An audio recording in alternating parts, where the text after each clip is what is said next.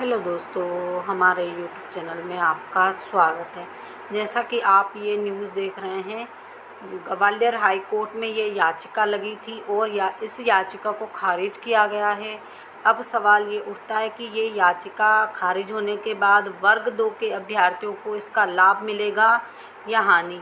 सबसे पहले हमें क्या पढ़ना है, इस पूरे मुद्दे को पढ़ना है कि आखिर किस प्रकार का लाभ और किस प्रकार की हानि इस याचिका से अभ्यर्थियों को मिल सकती है। क्योंकि देखिए अभी क्या है, वर्ग 2 की काउंसलिंग चल रही है, तो वर्ग 2 के अभ्यर्थियों को इसका लाभ मिलना तय है। मध्य प्रदेश हाईकोर्ट ने एक अहम फैसले में स्पष्ट किया है कि किसी अन्य राज्य के से जाति ओबीसी मतलब किसी भी कैटेगरी का जाति प्रमाण पत्र हो, लेकिन यहाँ पर याचिका किसने लगाई थी? ओबीसी वर्ग के अभ्यर्थियों ने। इस पर भी हम पूरा मामला स्पष्ट करेंगे। देखिए, ओबीसी जाति प्रमाण पत्र के आधार पर मध्य प्रदेश में आरक्षण का लाभ नहीं लिया जा सकता।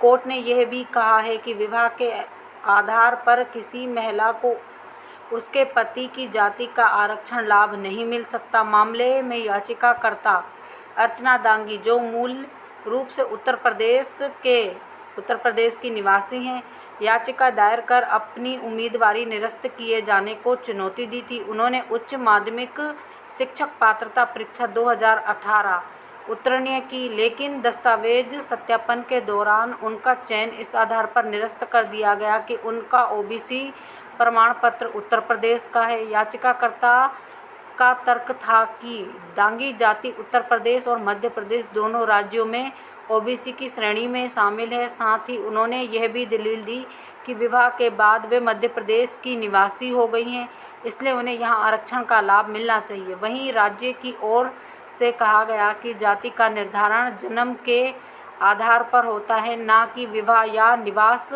परिवर्तन से। साथ ही दूसरे राज्य से जारी प्रमाण पत्र मध्य प्रदेश में मान्य नहीं होता है।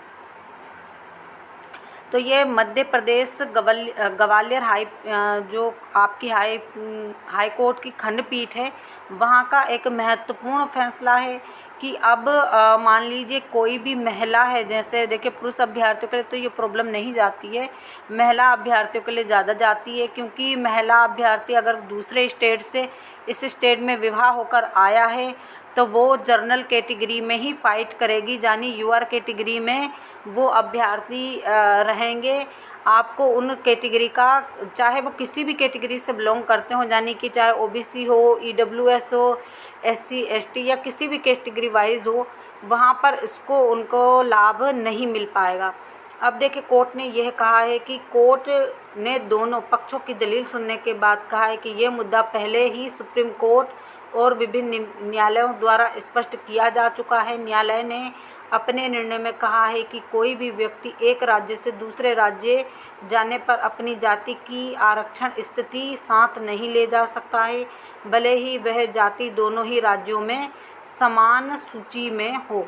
तो यानी यहाँ पर अब अभ्यर्थी, चाहे वो देखिए यहाँ पर महिला अभ्यर्थियों की ही बात नहीं हो रही है, दूसरे स्टेट के पुरुष अभ्यर्थी भी जो होते हैं वो मध्य प्रदेश में अगर अपनी जाति से फाइट करते हैं तो वो भी भर्ती उनकी देखिए यहाँ पर उनके जैसा कि हमने आपको पिछली वीडियो में भी बताया था कि वो यूआर कैटेगरी में डाले जाएंगे, लेकिन यहाँ पर हाई कोर्ट ने स्पष्ट कर दिया है कि उनकी अभ्यर्थिता बिल्कुल ख़त्म कर दी जाए, यानी निरस्त कर दी जाए। तो यहाँ पर उनको सामान्य कैटेगरी का भी लाभ नहीं मिलेगा, बल्कि ये निर्णय निकल कर आया है।